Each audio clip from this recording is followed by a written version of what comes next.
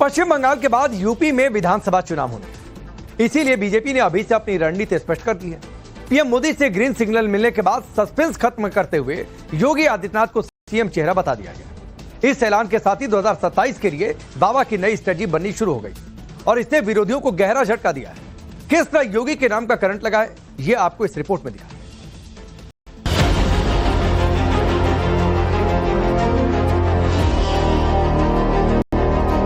UP का तो आह्वान है, गौ माता को कटने नहीं देंगे और हिंदुओं को बंटने नहीं देंगे।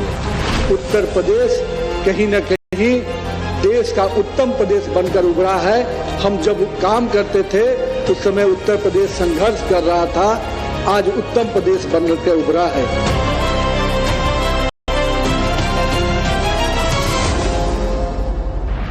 यूपी में पिछले 9 वर्ष में कोई दंगा नहीं हुआ। नो कर्फ्यू, नो दंगा, यूपी में है सब चंगा। 27 के समर में योगी आदित्यनाथ ही यूपी में बीजेपी का मुख्यमंत्री चेहरा। ये ऐलान होते ही योगी आदित्यनाथ लाउड हो गए हैं। समाजवादी पार्टी के मुखिया अखिलेश यादव पर चुन चुन कर अटैक कर रहे हैं। माफिया मुक्त, गुंडा मुक्त, दंगा मुक्त, कर्फ्यू मुक्त हमारा नया उत्तर प्रदेश है। अब मैं आपसे कह सकता हूं कि उत्तर प्रदेश का नौजवान पहचान के संकट से अब नहीं गुजर सकता है। अब 1 डिस्ट्रिक्ट 1 माफिया नहीं, 1 डिस्ट्रिक्ट 1 गुंडा नहीं, अब 1 डिस्ट्रिक्ट 1 मेडिकल कॉलेज है। याद रखना, जो दिखेगा वही समाज में बिकेगा। जैसा हम उनको प्रस्तुत करेंगे, लोग उसको उसी रूप में अंगीकार भी करेंगे। पश्चिम बंगाल के बाद बीजेपी का फोकस यूपी के विधानसभा चुनाव पर है। तैयारियां काफी पहले से जारी थी, मगर अब योगी के नाम की पुष्टि बीजेपी के राष्ट्रीय अध्यक्ष नितिन नवीन ने की तो हलचल तेज हो गई। सबसे ज्यादा बेचैनी 9 साल से उत्तर प्रदेश की सत्ता से बाहर अखिलेश यादव को हुई। काला चश्मा लगा के वोट मांगेंगे, बिना काला चश्मा लगा के। जब वो काला चश्मा लगा के आए थे तभी मुख्यमंत्री बने थे। तो कभी कभी कुछ ऐसे काम हम लोग करने चाहिए जिससे मुख्यमंत्री बन जाए। योगी पर पर्सनल अटैक कर समाजवादी पार्टी के मुखिया भले ही उनके नाम की दावेदारी को हल्के में ले रहे हों, मगर फैक्ट ये है कि योगी आदित्यनाथ का पॉपुलैरिटी ग्राफ बहुत ज्यादा है। सीएम योगी उत्तर प्रदेश में हिंदुत्ववादी छवि के साथ साथ विकासवादी टोन भी सेट कर रहे हैं। अपराध पर अंकुश लगाकर योगी ने पैन इंडिया लोकप्रियता पाई। इसलिए जब बीजेपी के नए अध्यक्ष से यूपी के सीएम चेहरे को लेकर नाम पूछा गया तो उन्होंने बिना देरी किए योगी पर भरोसा जता दिया। कुछ दिनों पहले भी नितिन नवीन ने योगी के नाम और काम पर मुहर लगाकर बड़े संकेत दिए थे। 2027 के चुनाव की दृष्टि से भी आप सब कोई कमर कस लीजिए, क्योंकि उत्तर प्रदेश जिस प्रकार से विकास की पटरी पर तेजी से आगे बढ़ रहा है, कुछ लोगों को पसंद नहीं आ रहा है। जो लोग राजनीति को मैं मानता हूं टाइम पास समझते हैं, जो कुछ समय चुनाव आएगा तो आते हैं और फिर विदेश चले जाते हैं, वो उनको भी सबक सिखाने का समय फिर आता है। इसलिए 2027 के चुनाव के दृष्टि से भी मैं कार्यकर्ताओं से आग्रह करूंगा, अपने बूथ को मजबूत कीजिए। तो अब बीजेपी में योगी को लेकर किंतु परंतु नहीं रह गया है। मोदी के बाद सारा दारोमदार योगी आदित्यनाथ पर ही रहने वाला है। अब सवाल इससे आगे का है, क्या योगी लगातार तीसरी बार यूपी में बीजेपी की सरकार बना पाएंगे? क्या योगी आदित्यनाथ बीजेपी की सीटों का आंकड़ा 255 से पार पहुंचा पाएंगे? और अखिलेश के पीडीए की काट में योगी के पास कौन सा ब्रह्मास्त्र होगा? क्योंकि समाजवादी पार्टी कई तरह के मुगालते में है। अखिलेश यादव पहले कहते थे कि योगी का कद बीजेपी में पहले जैसा नहीं। ये दावा तो पूरी तरह फेल हो चुका है। अब नया नैरेटिव सेट करने की कोशिश कर रहे हैं। ऑन कैमरा भ्रम फैला रहे हैं कि यूपी की जनता के बाद अधिकारी भी योगी की विदाई तय मान चुके हैं। अगर हम लोग गिनती करें तो दिन भी नहीं है।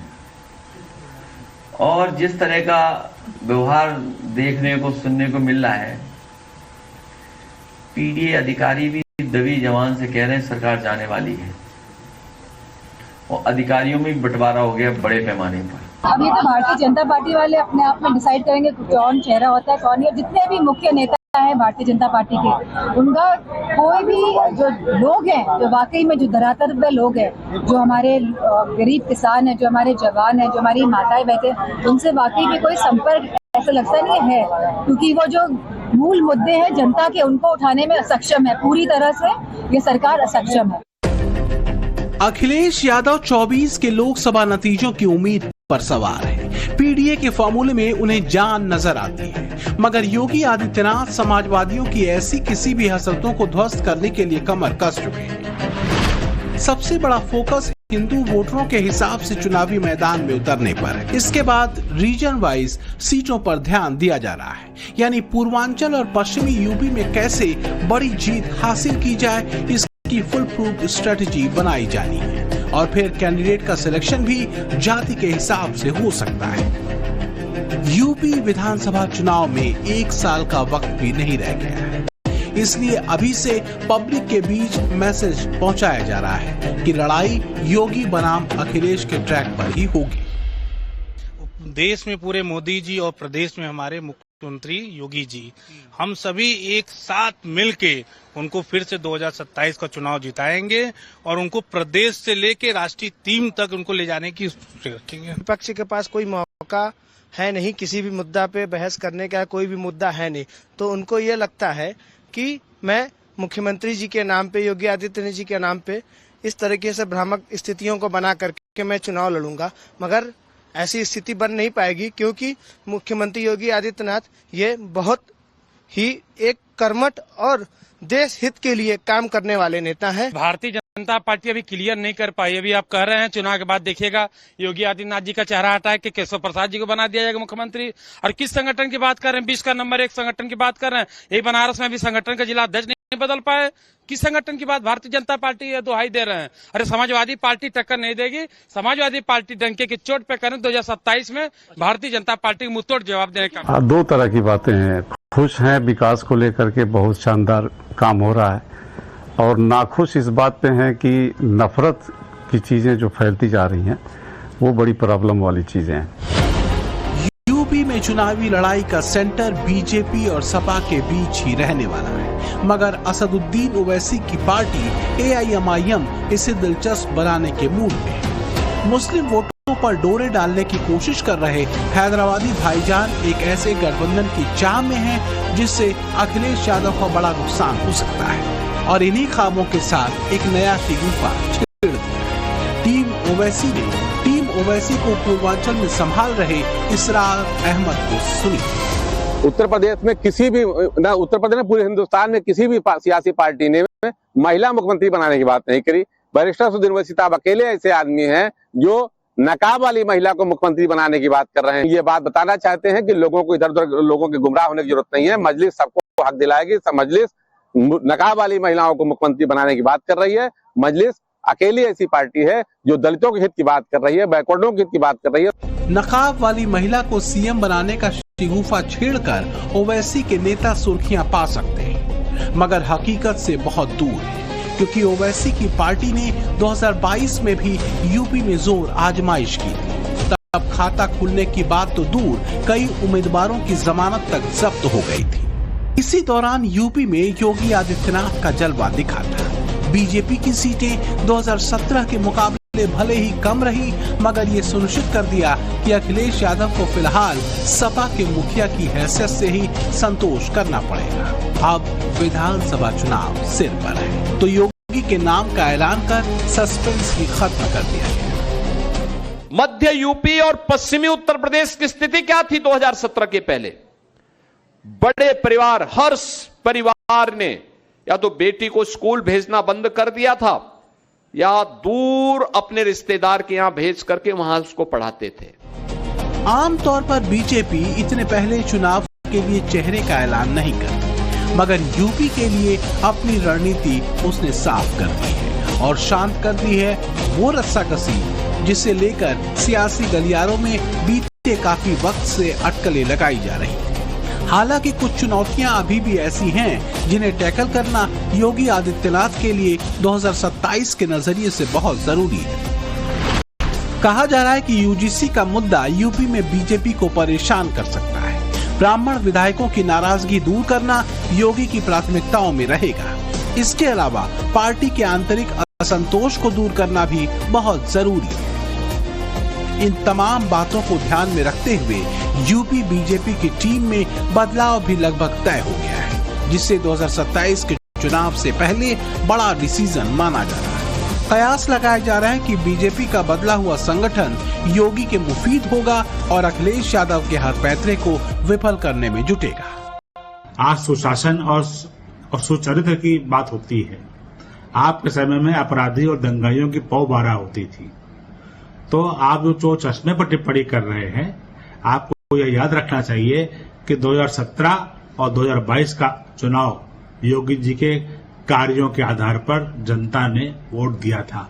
आपके कुशासन पर जनता ने आपको रिजेक्ट किया था। कुछ तो गंभीर हो जाइए, यह जीवन खाली तंज करते हुए बीतेगा। बीजेपी की कोशिश है कि यूपी में हैट्रिक लगे और योगी आदित्यनाथ नया रिकॉर्ड बनाए। इसके लिए उत्तर प्रदेश में बड़े लेवल पर एक और प्लानिंग की जा रही है, जिसमें यूपी के 7 करोड़ वोटरों को साधना है। यानी महिला मतदाताओं के जरिए योगी आदित्यनाथ रिकॉर्ड बनाने की स्क्रिप्ट फाइनल कर रहे हैं। 2022 के यूपी विधानसभा चुनावों में बीजेपी को 48% महिलाओं के वोट मिले, जबकि समाजवादी पार्टी को 32% वोट हासिल हुए थे। उससे पहले 2017 में बीजेपी ने महिलाओं के 41% वोट पाए थे, वहीं सपा का आंकड़ा 20% पर अटक गया था। इस बार महिला आरक्षण बिल गिरने के बाद योगी को इसमें मौका नजर आता है, इसलिए महिलाओं के लिए 21 अप्रैल को सड़क पर उतरे थे। अब पीएम मोदी के साथ 28 अप्रैल को काशी में हुंकार भरने वाले हैं। आज जो भी आता है यूपी में, उसको उत्तर प्रदेश के अंदर कुछ बदलाव देखने को मिलता है। सुरक्षा के साथ साथ स्मार्ट सिटी में प्रधानमंत्री मोदी जी का विजन क्या है? वह स्मार्ट ही न हो बल्कि सेफ भी हो। स्मार्ट एंड सेफ सिटी के रूप में अब उत्तर प्रदेश के सभी म्युनिसिपल कॉरपोरेशन ने एक स्वस्थ प्रतिस्पर्धा को आगे बढ़ाया है। योगी आदित्यनाथ की अगुवाई में यूपी का लॉ एंड ऑर्डर जबरदस्त बदला है और यही वो फैक्टर है जिसकी बदौलत उन्होंने दिल्ली का भरोसा हासिल किया है। एक तरह से कहें तो नरेंद्र मोदी का हाथ योगी आदित्यनाथ के कंधे पर आज भी बना हुआ है और इसी विश्वास की बुनियाद पर वो दमदारी के साथ 27 में अखिलेश को फिर से पटखनी देने के लिए उतरने वाले हैं। वाराणसी से आशुतोष सिंह और लखनऊ से विनोद मिश्रा के साथ bureau report, times now, Navbharat. और अब चलिए एक और बड़ी सियासी